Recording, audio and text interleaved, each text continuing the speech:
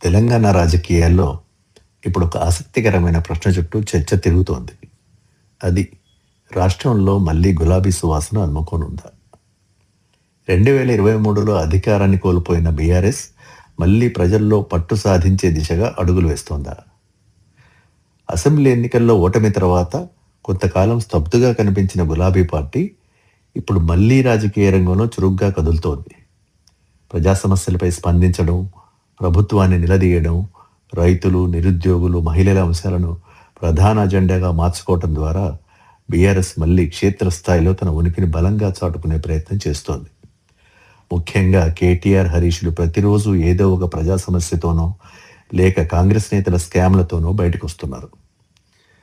మరోవైపు కాంగ్రెస్ ప్రభుత్వంపై ప్రజావర్గాల్లో అసంతృప్తి పెరుగుతోందనే చర్చ రాష్ట్ర రాజకీయాల్లో వేగం పెంచుతోంది.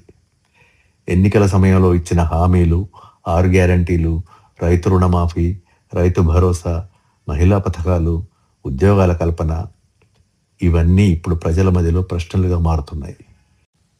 కేవలం అధికారం కోసం ఆడిన అబద్ధాలుగా వారు భావిస్తున్నారు.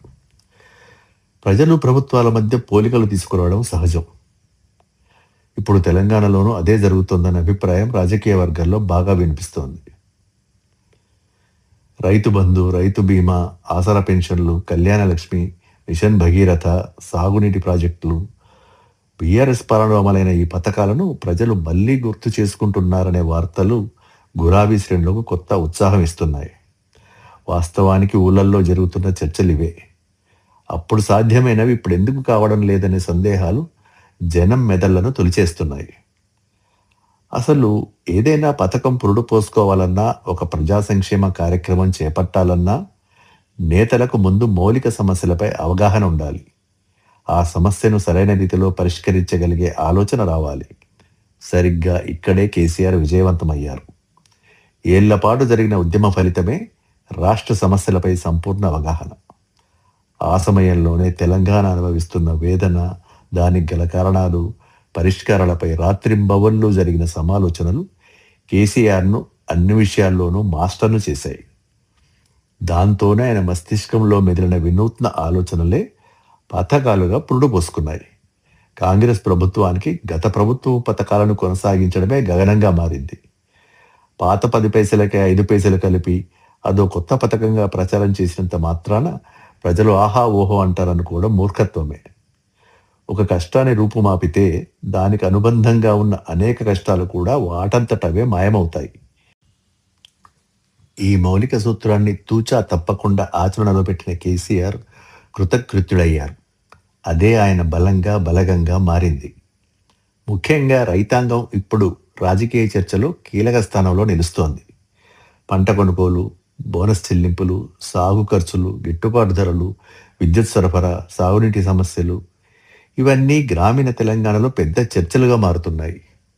రైతు ఓటే తెలంగాణలో ఎప్పుడూ ఎన్నికల ఫలితాలను ప్రభావితం చేసే శక్తివంతమైన ఆయుధం. అందుకే రైతు సమస్యలపై బీఆర్ఎస్ దూకుడు పెంచడం రాజకీయంగా కీలకమవుతోంది. అదీ కాక ఆది నుంచి పార్టీ రైతు సమస్యలపైనే ప్రధానంగా దృష్టి సారించి వాటిని పరిష్కరించడం కూడా వారి మనసుల్లో బలంగా నాటుకుపోయింది. ముఖ్యంగా రైతు కనీస అవసరాలైన విత్తనాలు, నీళ్లు, యూరియా, పంట పెట్టుబడి వంటివి అడగకుండానే అందడం వారిని అందలం ఎక్కించాయి. అధికారాన్ని కోల్పోయిన తర్వాత కూడా బీఆర్ఎస్ వెనక్కి తగ్గలేదు.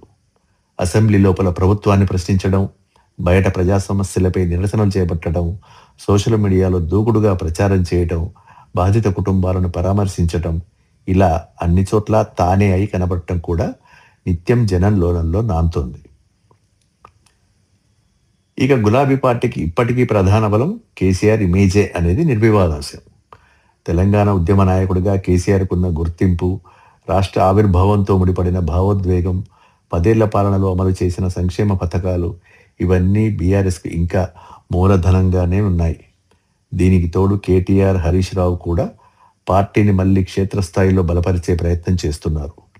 కేటీఆర్ పట్టణ ఓటర్లు, యువత, ఐటీ వర్గాలు సోషల్ మీడియా రంగంపై దృష్టి పెడుతుంటే, హరీష్ రావు గ్రామీణ ప్రాంతాలు, రైతు వర్గాలు, నియోజకవర్గ స్థాయి రాజకీయాలపై తనదైన ముద్ర చూపిస్తున్నారు. ఈ ఇద్దరి చురుకుదనం పార్టీ వర్గాల్లో కొత్త ఉత్సాహం నింపుతోంది.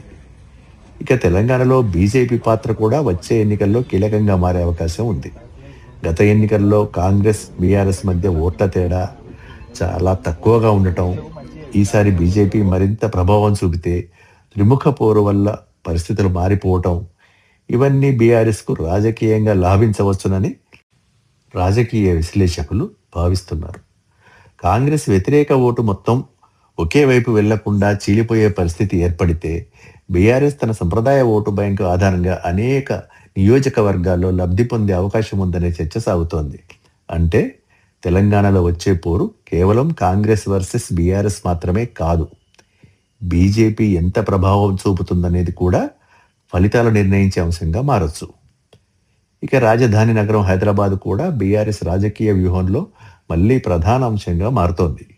ఐటీ పెట్టుబడులు, మౌలిక వసతులు, ఫ్లైఓవర్లు, మెట్రో, రియల్ ఎస్టేట్ అభివృద్ధి, అంతర్జాతీయ కంపెనీల రాక, ఇవన్నీ బీఆర్ఎస్ పాలనలోనే వేగం అందుకున్నాయని గులాబీ పార్టీ మళ్ళీ ప్రజలకు గుర్తు చేస్తోంది. హైదరాబాద్ బ్రాండ్ ఇమేజ్ను ఎన్నికల అజెండాగా మార్చే ప్రయత్నం స్పష్టంగా కనిపిస్తోంది. నగరాభివృద్ధికి సంబంధించినంత వరకు కేటీఆర్ హీరోగా నిలిచారనేది హైదరాబాద్ వాసుల మనోగతం. మొత్తానికి తెలంగాణ రాజకీయాల్లో బీఆర్ఎస్ మళ్ళీ చర్చకు కేంద్రంగా మారుతోంది.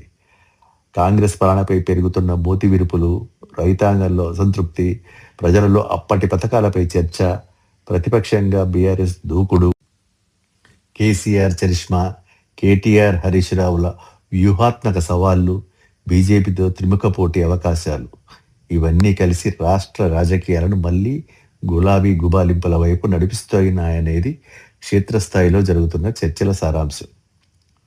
ఇప్పుడు తెలంగాణలో వినిపిస్తున్న పెద్ద ప్రశ్న ఒక్కటే: 2023లో చేజారిన అధికారం వచ్చే ఎన్నికల్లో మళ్ళీ బీఆర్ఎస్ను వరిస్తుందా? ఇప్పటికైతే వాతావరణం అలాగే కనిపిస్తోంది. కాంగ్రెస్ అధికారాన్ని బంగారు పల్లెంలో పెట్టి కేసీఆర్ చేతికి అందిస్తుందనే బీఆర్ఎస్ వర్గాల ఆశలు ఫలించబోతున్నట్లు ప్రభుత్వ నిఘా వర్గాల అంచనా కూడా. అయితే 2.5 ఏళ్ల తర్వాత ప్రజా తీర్పు ఎలా ఉన్నా తెలంగాణ రాజకీయాల్లో బీఆర్ఎస్ మళ్ళీ బలంగా పుంజుకున్నదనేది మాత్రం స్పష్టంగా కనిపిస్తోంది.